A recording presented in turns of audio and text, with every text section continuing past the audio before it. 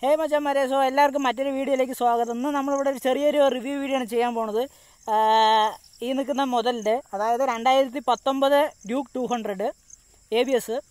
അപ്പോൾ ഇതിൻ്റെ ഒരു പ്രത്യേകിച്ചുള്ള റിവ്യൂ ആവശ്യമില്ല. എന്നാലും 2019 ഡ്യൂക്ക് 200 വന്നിരിക്കുന്ന മാറ്റങ്ങൾ അതൊക്കെയാണ് ഞാനിന്ന് ഈ വീഡിയോയിലൂടെ നിങ്ങളുമായിട്ട് ഷെയർ ചെയ്യാൻ പോണത്. സോ നമുക്ക് സ്റ്റാർട്ട് ചെയ്യാം.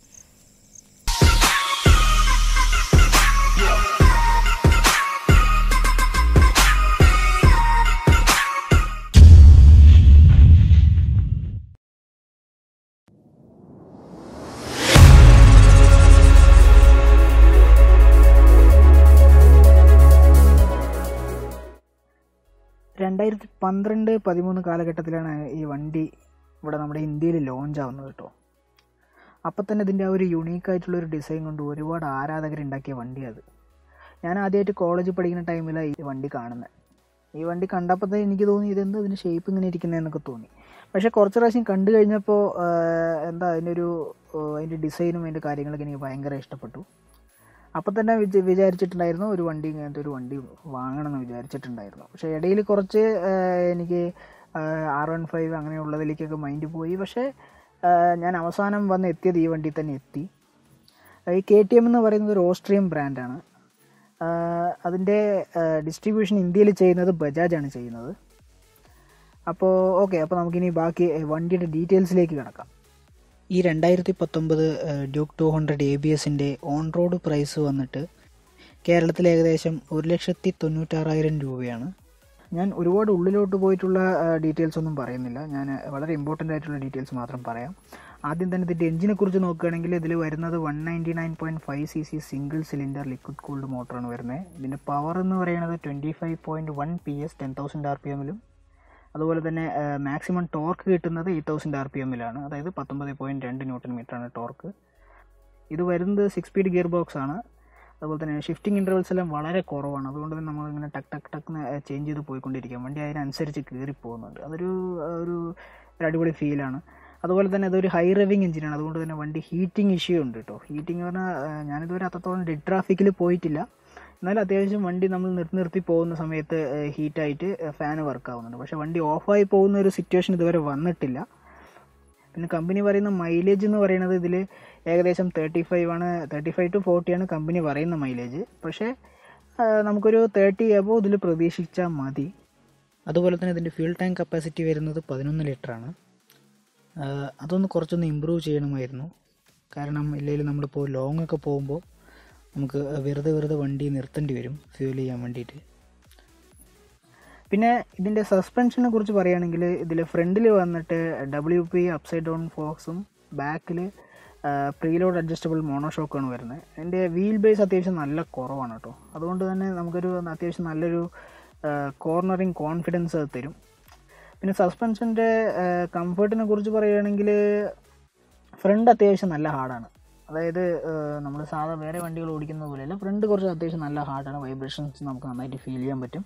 പക്ഷേ റിയർ നല്ല സോഫ്റ്റാണ്. പില്ലിയൻ കയറുകയാണെങ്കിൽ വണ്ടി കുറച്ചൊന്നും താഴും. അതൊരു സൂപ്പറാണ്.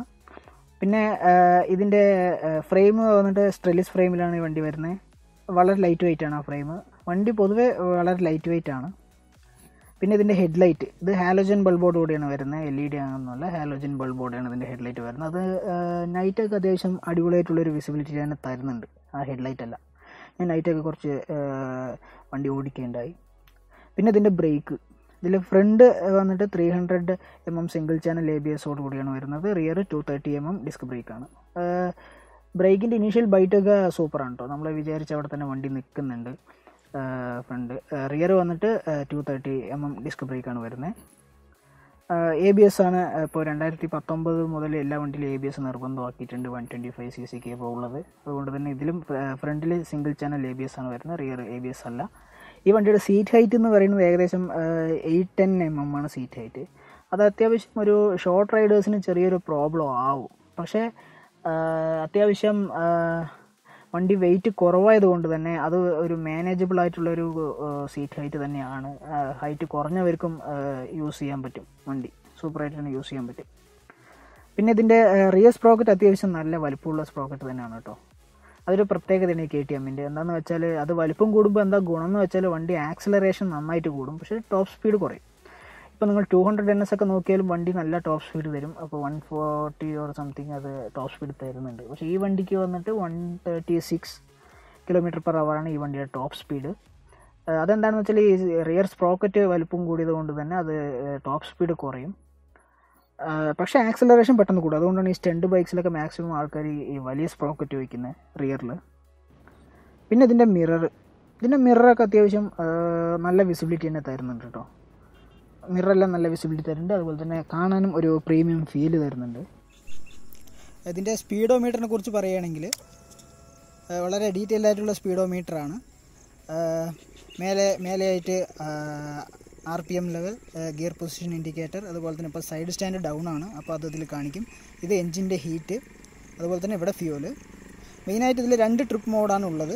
ഇതിപ്പോൾ കിടക്കുന്നത് ഓടോയിലാണ് കിടക്കുന്നത്, അതായത് വണ്ടി ടോട്ടൽ എത്ര ഓടി എന്നുള്ളതിലാണ് ഇപ്പോൾ കിടക്കുന്നത്. അതുപോലെ തന്നെ ഈ സൈഡിലായിട്ട് ഇവിടെ മേലെ ആയിട്ട് ഒരു ABS കൊണ്ടൊരു ഓപ്ഷൻ ഉണ്ട്. അത് എപ്പോഴും വണ്ടി നിർത്തിയിട്ടിരിക്കുമ്പോൾ ഇതിങ്ങനെ കത്തും. അതുപോലെ തന്നെ വണ്ടി മൂവിങ്ങിലാവുമ്പോൾ ഇത് ഓഫാവും. ഇത് ബ്ലിങ്ക് ചെയ്തുകൊണ്ടിരിക്കുകയാണെങ്കിൽ ABSൽ പ്രശ്നമുണ്ട് എന്ന് മനസ്സിലാക്കാൻ പറ്റും. ഈ വണ്ടിയുടെ സ്വിച്ചുകളിനെ കുറിച്ച് പറയുകയാണെങ്കിൽ ഈ സൈഡായിട്ട് ലോ ബീം, ഹൈ ബീം, ഇവിടെ പാസ്, അതുപോലെ തന്നെ ഇവിടെ ഹോൺ, അതുപോലെ തന്നെ ഈ സൈഡാണ് കിൽ സ്വിച്ച്, അതുപോലെ തന്നെ ഈ സൈഡ് സെൽഫ്.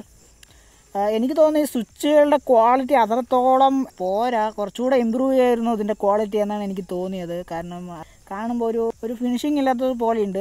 മേ ബി എൻ്റെ പേഴ്സണലായിട്ടുള്ള ഒപ്പീനിയനാണ് കേട്ടോ. അത് കുറച്ചുകൂടെ ഇമ്പ്രൂവ് ചെയ്യായിരുന്നു എന്ന് തോന്നി. ഈ സൈഡൊന്നും വലിയ കുഴപ്പമില്ല, പക്ഷേ ഈ സ്വിച്ചുകളുടെ ഒരു ക്വാളിറ്റി അത്രത്തോളം പോരാ എന്നാണ് എനിക്ക് തോന്നിയത്.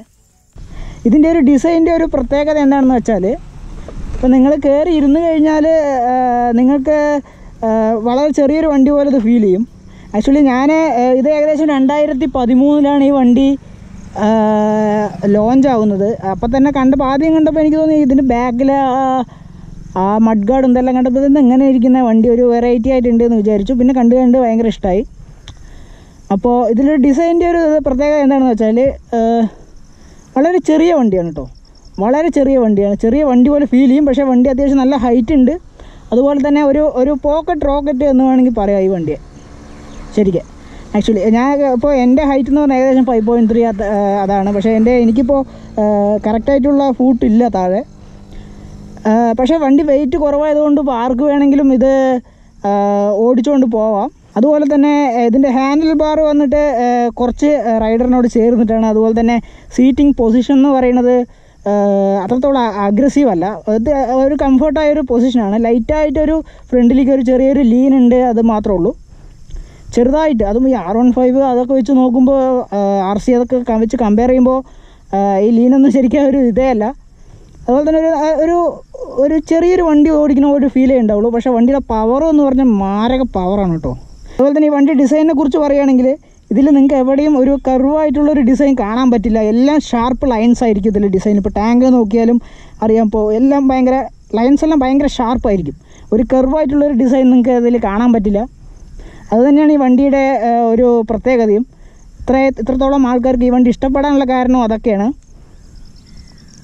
ഓക്കെ, അപ്പോൾ നമുക്ക് ഇതിൻ്റെ സ്റ്റാർട്ട് ചെയ്യാം.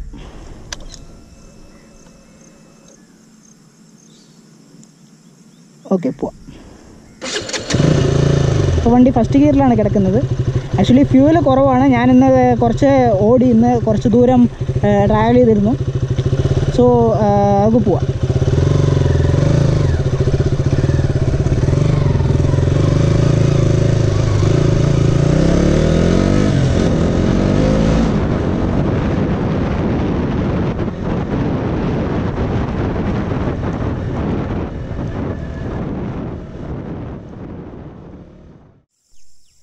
ഓക്കെ ഗായ്സ്, സോ ഞാൻ മാക്സിമം എല്ലാം കവർ ചെയ്തിട്ടുണ്ട് എന്ന് വിചാരിക്കുന്നു.